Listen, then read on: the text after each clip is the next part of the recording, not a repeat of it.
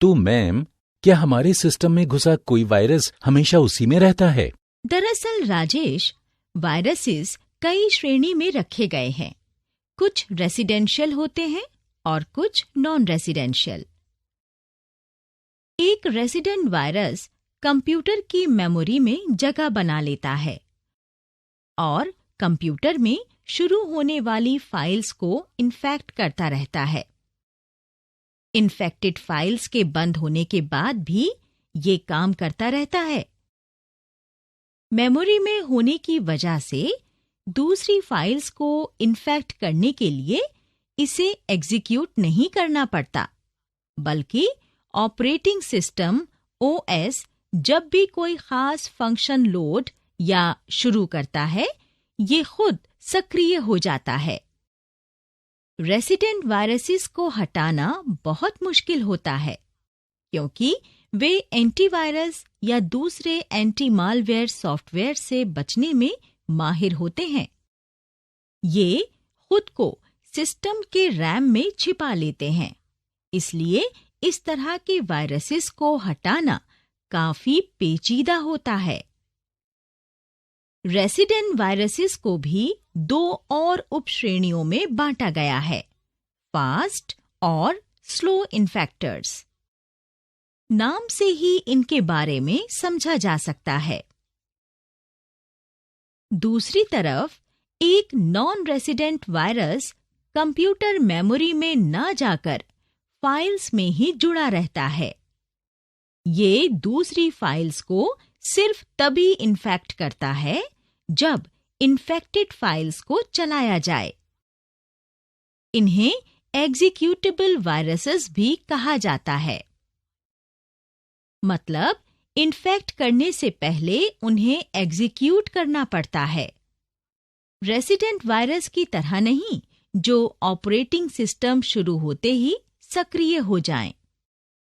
अब हम वर्तमान में चल रहे कुछ प्रमुख वायरस के बारे में जानते हैं। इसकी शुरुआत इन्फेक्टिंग वायरस से करते हैं। फाइल इन्फेक्टिंग वायरस किसी सिस्टम में घुसकर तभी सक्रिय होता है जब उसे ले जाने वाले प्रोग्राम को खोला जाए। ज्यादातर इस तरह के वायरस अटैचमेंट में .com, .bin, .ovl, .drv या .exe प्रोग्राम फाइल्स के जरिए आते हैं। ये प्रोग्राम्स सुरक्षित किए गए डेटा या फाइल्स को इन्फेक्ट करते हैं। इसके बाद आता है ओवरराइटिंग वायरस। ओवरराइटिंग वायरस दुर्भावनापूर्ण मकसद से बनाया गया प्रोग्राम है, जो इन्फेक्शन के बाद हमारे कंप्यूटर सिस्टम में मौजूद फाइल डेटा के मूल प्रोग्राम कोड को बर्बाद कर देता है।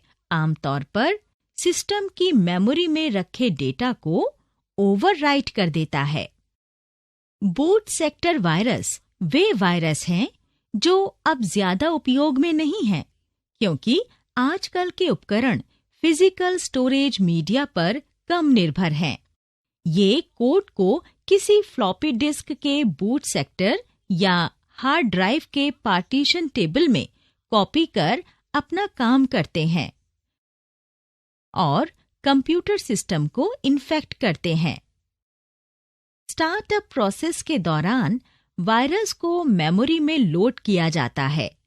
जब ये सिस्टम की मेमोरी में जगह बना लेता है, तो सिस्टम में इंसर्ट किए गए किसी डिस्क को इन्फेक्ट करने लगता है।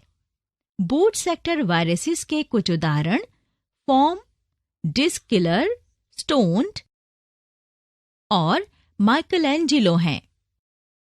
फिर आता है मास्टर बूट रिकॉर्ड वायरस।